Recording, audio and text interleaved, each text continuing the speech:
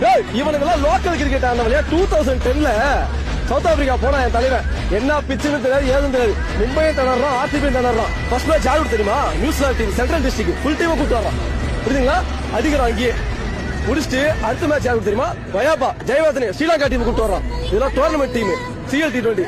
சில தற்கூரிகளா தெரியாது. அதே அடிக்கிறான். மூணாவது மேட்ச் விக்டோரியா கூட ஃபுல் ஆஸ்திரேலியன் கோடு, ஆரியன் பிச் கேப்டன்.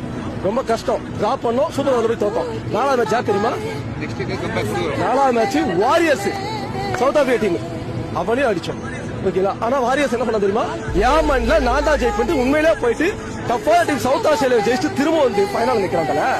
விடுவோமா? நானு ஒரே ஒரு 132 ரன் வச்சு மண்ணக்க வச்சேன். சவுத் ஆப்பிரிக்காவிலே போய் என் தலைவன் அதான் கப்ப தூக்கிட்டு வந்தான். உள்ளூர் கப்பு இல்ல, வெளியூர் கப்பு பார்த்தா அன்னைக்கு எழுத ஆரம்பிச்சா சவுத் ஆப்பிரிக்காக்காரன், ஆஸ்திரேலியாக்காரன்.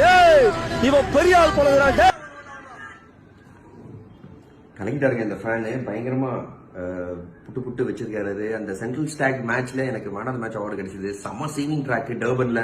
அப்புறம் ஒரு சூப்பர் ஓவர் விக்டோரியா புஷ் ரேஞ்சர்ஸோட ரவிச்சந்திரன் அஸ்வின் போட்டாரு. Super over தோப்போம்.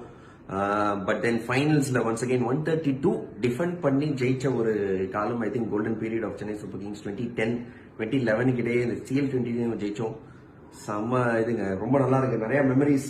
இந்த ஃபேன் இதை பார்த்து சொல்லும்போது நிறைய எமோஷன் எனக்கும் நிறைய ஃபீல் ஆகுது. Golden period of CSK.